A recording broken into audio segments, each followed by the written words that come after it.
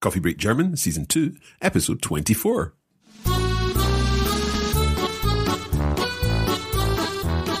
Hallo und herzlich willkommen zu Coffee Break German. Ich bin Marc. Und ich bin Andrea. Wie geht's dir, Andrea? Mir geht's wunderbar. Und dir, Marc? Ja, sehr gut, danke. Und du hast Neuigkeiten, nicht wahr? Ja, genau. Now, what our listeners don't know is that we've actually taken a little break from recording for the past several months.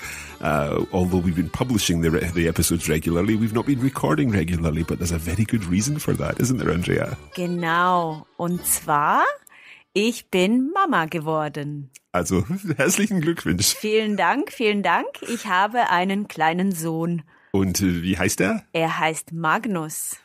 Ah, was für ein schönes Name. Vielen Dank, Marc. But I think you have made a little mistake there. Well, I've probably forgotten quite a lot. It's been a few months since we recorded. What did I say? So you said, was für ein schönes Name, aber Name ist der Name. Also, I should have said, was für ein schöner Name. Genau, sehr gut, bravo. These adjective endings are always tricky. I think know, they'll always find them tricky. But Andrea, are we continuing with the topic of adjective endings today? Nein, natürlich nicht. Wir haben ein neues Thema. Super. Und wir sprechen über reflexive Verben. So reflexive verbs today in our lesson of Coffee Break German. Also, bist du bereit? Ich bin bereit. Und du? Ja, ich bin bereit. Also, los geht's.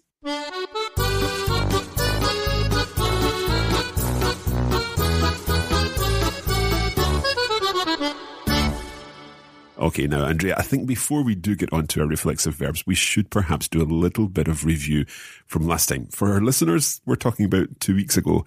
For me, we're talking about 8 months ago. So I think ich habe viel vergessen. Ja, ich verstehe das gut. So, Marc, ich habe eine Frage an dich. Okay. Mit wem hast du Weihnachten gefeiert?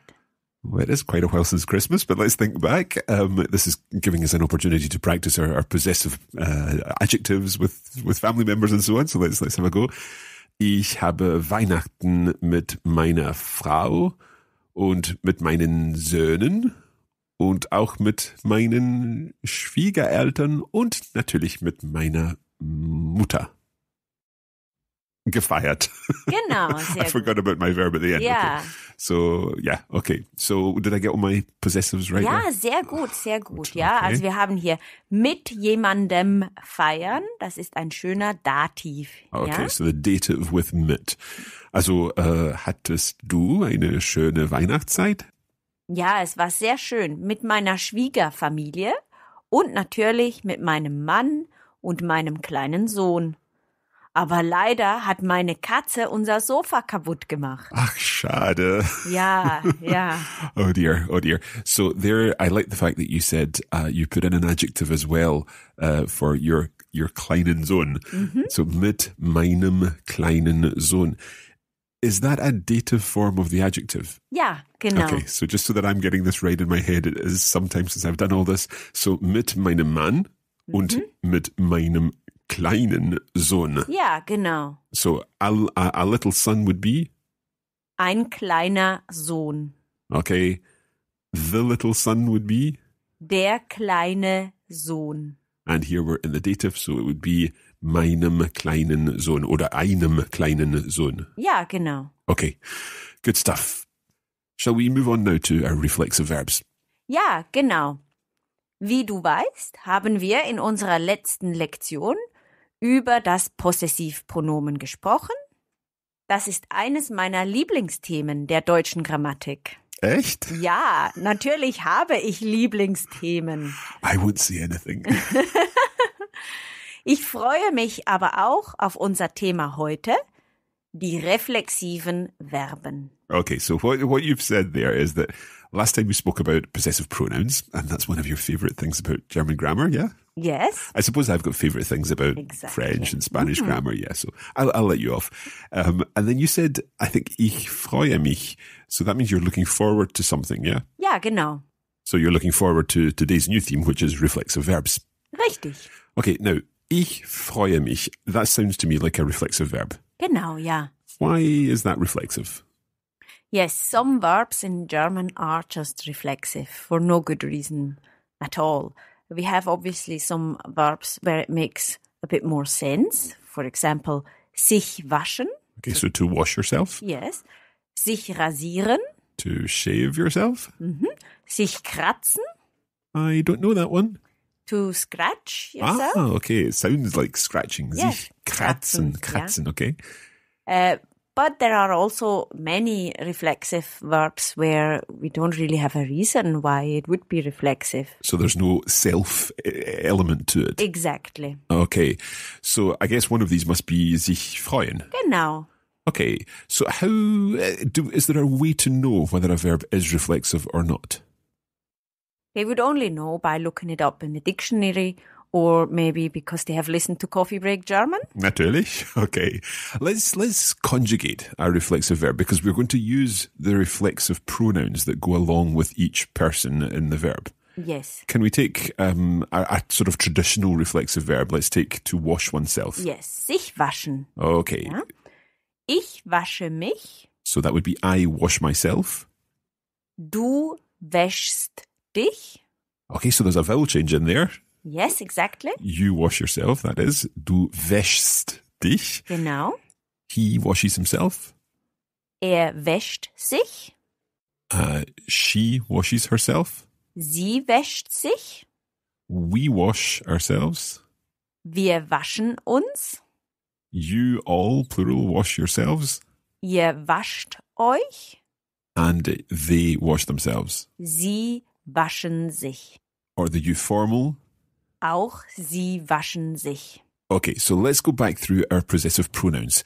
So for I to myself is, Mich, to yourself, dich, himself or herself, sich, and both of them are the same. ja, Then ourselves, uns, yourselves, euch, that's the plural form, and then themselves, sich, and of course the you, yourselves, the formal version. sich. Okay, now that is a reflexive verb that we would expect to be reflexive, to wash oneself. However, as we've said, there are other verbs which we don't really translate in a reflexive way in English. You mentioned to look forward to something, and that would be? Sich freuen. Sich freuen. So when you're saying the infinitive, you put the sich pronoun in front. Yes. Sich freuen. But you wouldn't look it up like this in the dictionary. You would look up freuen and then it would say reflexive. Yes, so there would be reflexive or some kind of abbreviation of Yes. reflexive after it. But if you're talking about the verb, you would say sich freuen, sich waschen, and so on. Genau. Okay, let's conjugate sich freuen with our reflexive pronouns, and of course we'll do a translation of each of these as well, and you'll hear that there's no self in here. Genau. So. Ich freue mich. I look forward to. Du freust dich. You look forward to. Er freut sich. He looks forward to. Sie freut sich. She looks forward to. Wir freuen uns. We look forward to. Ihr freut euch. You look forward to. Sie freuen sich. They look forward to. And of course the formal form too. Sie freuen sich. Okay, right, Andrea. I look forward to something. There's an alarm bell ringing in my head because I'm thinking there is some kind of object there, but I don't really know what I'm going to do with this grammatically in German. Exactly. So we need a preposition here. Mhm. So, ich freue mich auf unser Thema. Right, so the auf there is what we would translate as to in English. I'm looking forward to something. Genau. I'm looking forward to our topic, our Genau, theme. ja. But what case is that? Ein Akkusativ. Okay, Ja? that's good Ich news. freue mich auf unser Thema. Right, so ich freue mich auf unser Thema. Genau. So, but careful here. I could also say, ich freue mich über unser Thema, which Okay. means something a bit different. So what does that mean? I am excited about our topic. Right, so not looking forward to, but excited Yeah, about. so it's already here. Ah, okay. So we've established what the topic is. The topic has arrived, and now Yes. we're talking about it, Yes. and you're excited about it. So with Uber, am I guessing that there's a different case involved? Nein, ich freue mich über unser Thema. So über is also using the accusative. Genau, ja. Oh, that's great news. I thought you were going to say there was some complicated thing that we were going to use a dative for but that. it obviously matters what preposition you use. It changes the meaning of this verb. Okay, so what other kind of things might we be looking forward to? Zum Beispiel the holidays. So That I would be could Urlaub. ask you, ja, freust du dich auf deinen Urlaub? Right, so it's der Urlaub. Mhm. So that becomes deinen in the accusative, yeah? Genau, ja. So, ich freue mich sehr auf meinen Urlaub. Sehr gut, super. And if our holidays are already here, and I want to say I'm excited about my holidays, which have already arrived because I'm off on holiday, could I say, ich freue mich über meinen Urlaub? Ja, genau, sehr gut. I think I've got that. What other verbs would be conjugated like this? Zum Beispiel sich entspannen. Is that something to do with... That's what you do hopefully in your holidays. Oh, right, to relax. Okay. Yeah. Sich entspannen. Okay. Mhm. Sich konzentrieren. To concentrate, I guess. Yes. Sich erkälten. Something to do with cold, I think. Yeah, it's when you catch a cold. To encold yourself. Yes. Okay, so sich erkälten. Mhm. Okay. Oder auch sich entscheiden. Oh, that's to decide. Genau, sehr gut. Okay. So these are only a few of the reflexive verbs that we have, but I think they're quite useful. Okay. Should we do some practice? Yes, good idea. Fritz entspannt sich am Strand. Right. So we've got Fritz who, that's sich entspannen, which is to relax. Mhm. He's relaxing on the beach. Ja, genau, sehr gut. Okay. And Petra erkältet sich leicht. Petra erkältet sich. So she gets a cold easily? Ja, genau, sehr gut. Right. Let's try another couple. Markus macht seine Hausaufgaben. Er konzentriert sich sehr. Okay, so that would be Marcus is doing his homework. He is concentrating lots. Ja, genau, sehr gut. So literally, he concentrates himself much. Exactly. And let's do one more before our break. Du musst dich jetzt entscheiden. Willst du ins Kino oder nicht? Okay, you're looking for a decision to be made here, yeah. So you must decide now, do you want to go to the cinema or not? Genau. Okay, so these sentences haven't used any prepositions. We have already looked at sich freuen auf oder über. But after the break, I think we should look at some further reflexive verbs which need different prepositions. Ja, gute Idee. Okay, so we'll be back in just a moment.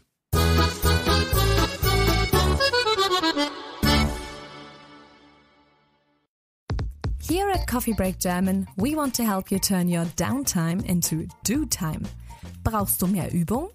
Join us on Facebook 3 times a week and put your German to work with our language challenges and cultural insights.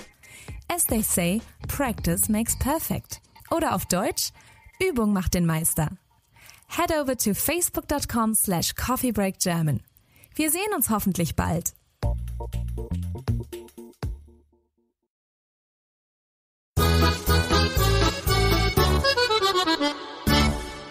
Okay, in this lesson we're looking at reflexive verbs and we've done some practice of that. But Andrea, you were mentioning earlier that some reflexive verbs do need different prepositions. Can you give us a little more information about this? Yes, we've seen this with sich freuen auf oder über, but there are many more. For example, sich ärgern über etwas. What does that mean? To get annoyed about something. Okay, could you give me an example, just a simple example of that? Ja, natürlich. Ich ärgere mich über den Lärm. I get annoyed about the Noise. Den Lärm. Okay, a new word for me. Can you give us some more examples? Natürlich. Sich erinnern an etwas. That's to remember. Ja, ich erinnere mich an meine Kindheit. So that's another accusative there. Ja, genau. Sich ärgern über, is that also accusative? Ja, auch Akkusativ, ja. Okay. Sehr wichtig auch, sich interessieren für. So to get interested in something, to be interested in something. Genau. Ich interessiere mich für Politik. I am interested in politics. Genau. Literally, I interest myself in politics Ja, or richtig. for politics. Ja. Okay. Auch mit Akkusativ. Sich beschweren über. I don't know what that is. To complain about something. It's very important when you speak German. Okay, so sich beschweren, you said? Okay, give us an example. Ich beschwere mich über das Haar in meiner Suppe. Oh, that's not very pleasant. Here in your soup, not very pleasant at all. So, sich beschweren über. Okay, so that's also the accusative, yeah? Ja, genau. So do all reflexive verbs take the accusative? No, of course not. It depends on the preposition. And some prepositions use a dative. For example, mit. Okay, so just to be clear here, it's not the verb itself that's determining the whether it's taking accusative or the dative. It's the preposition. Exactly. So the preposition is the thing that will indicate or that will trigger a particular dative or a particular accusative and so on, yeah? Exactly. Okay. So we know a very famous example. Sich treffen mit. So to meet up with someone? Yes, exactly.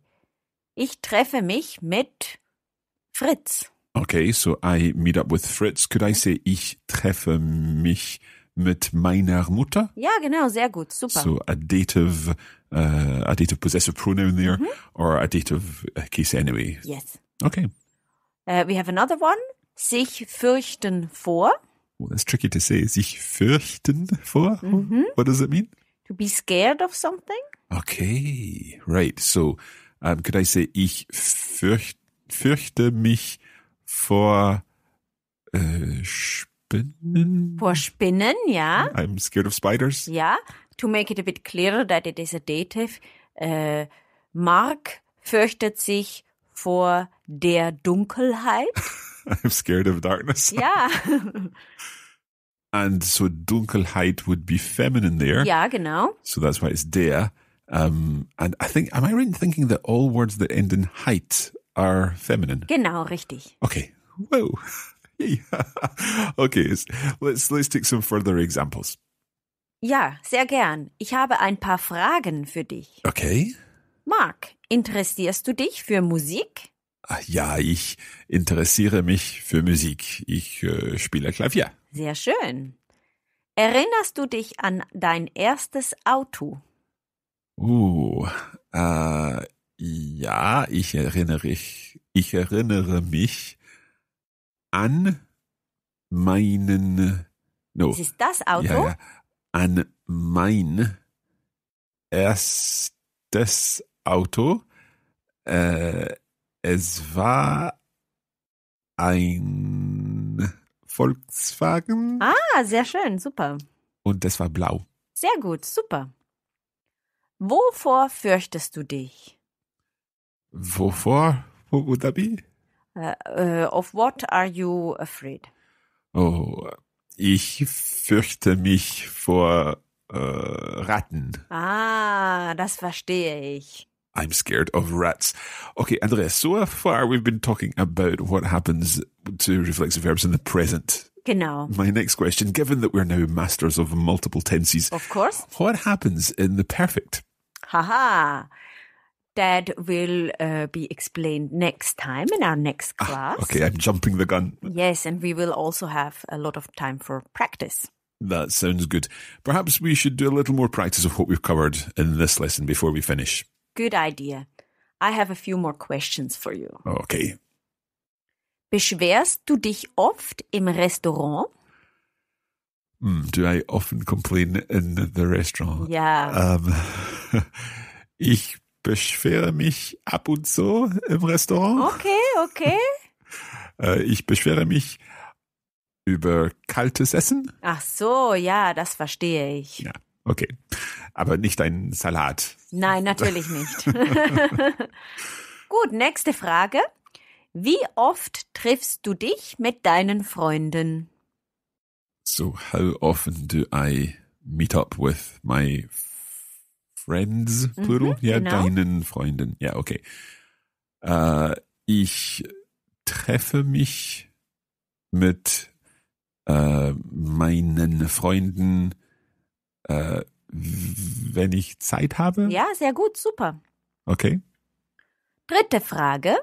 Worüber ärgerst du dich manchmal? So that's a new question word again. Worüber? Ja, so wir haben sich ärgern über Ja. und worüber is about what. Just like before we had wovor. Ja. Hast du Angst? Of what? Okay, so Ja. about what? Do you get annoyed sometimes? Ja. Is that okay. Worüber ärgerst du dich manchmal? Ich ärgere mich manchmal. I've no idea how to say this, but it is the thing that annoys me most when Ja. people waste time. Über Zeitverschwendung. Zeitverschwendung. Ja. Okay, so ich ärgere mich manchmal oder allerseits Oft? ja über Zeitverschwendung. Ja. Okay. Und dann die letzte Frage. Wie entspannst du dich?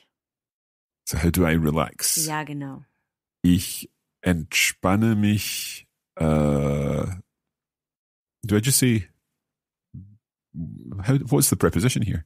You could say no preposition. Okay, so I relax by doing something. So Ja. You could say indem indem ich da. right. So ich entspanne mich, indem ich Klavier spiele. Ja, sehr gut, super. Oder ich lese oder Genau. So indem is by, and then we just use a a normal normal verb. Ja. Okay, right. So we don't need to have an infinitive or anything like Nein. that. So ich entspanne mich, indem ich Klavier spiele oder ich fernsehe. Genau, sehr gut, super. Okay, gut. What about some translations? Shall we Ja, do some natürlich. translations just to keep us on our toes? So, Satz 1. Martin is driving his new car and he's concentrating on the road. Okay, so Martin is driving his new car and he's concentrating on the road. Let's give our listeners some time to think about this.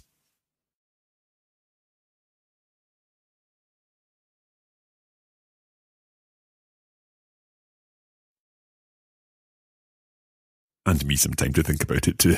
Okay, I'm going to give this a go. Martin fährt sein neues Auto und er konzentriert sich auf die Straße. Super, sehr gut. Martin fährt sein neues Auto und er konzentriert sich auf die Straße. Super. Okay, let's do number 2. Lisa is annoyed with her husband. He never remembers their anniversary. So Lisa is annoyed with her husband. He never remembers their anniversary.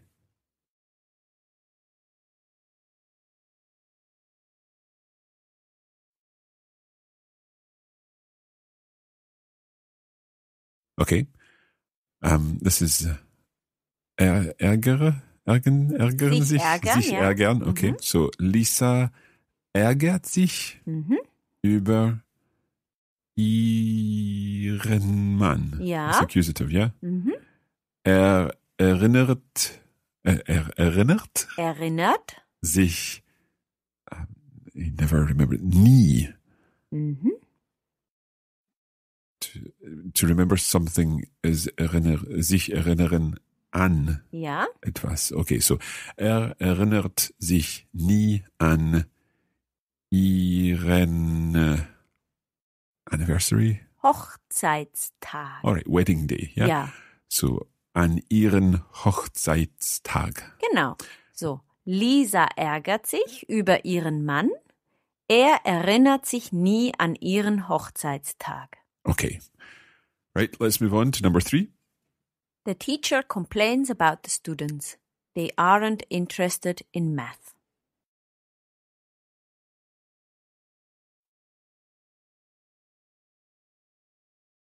Okay, the teacher complains about students, they aren't interested in maths. Der Lehrer beschwert sich über die Schüler. Ja. Sie interessieren sich nicht für Mathematik? Ja, genau, sehr gut, super. Good, okay. Let's do one more. Tanja meets every Saturday with her friends.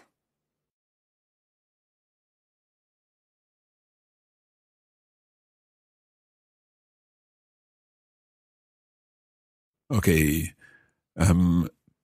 Tanja trifft sich. Trifft? Okay, will change. Tanja trifft sich. I'm trying to work out where the every Saturday goes. Does it go straight here? So, Ja. Tanja trifft sich jeden Samstag mit das Dative ihren Freundin. Ja, genau, sehr gut, super. If they were female friends, would it still be ihren Freundinnen? Ja, genau. Okay. So, Tanja trifft sich jeden Samstag mit ihren Freunden oder mit ihren Freundinnen. Genau, sehr gut. Okay, well, I think that's been a really good lesson because we've been talking about a new topic which I have to say hasn't really felt quite as difficult as all those possessive pronouns last time. Next time, as you said, we're going to be looking at using the reflexive verbs in the perfect. Ja, genau. So we can look forward to that. Ja, ich freue mich schon. That's where we're going to leave this episode of Coffee Break German. Now, of course, there's lots more for this episode in the form of video notes and lesson notes and the bonus audio where we'll be practicing our reflexive verbs further. You can find out all about that at coffeebreakacademy.com.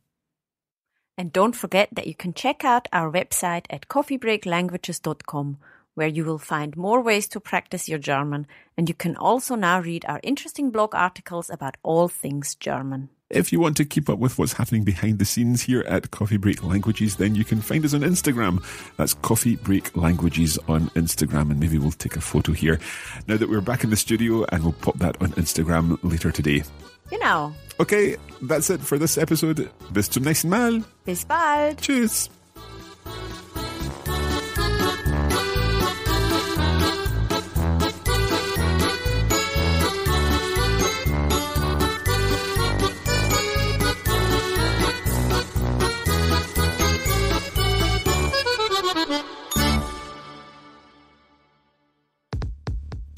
You have been listening to a production of the Coffee Break Academy for the Radiolingua Network. Copyright 2017 Radiolingua Limited. Recording copyright 2017 Radiolingua Limited. All rights reserved.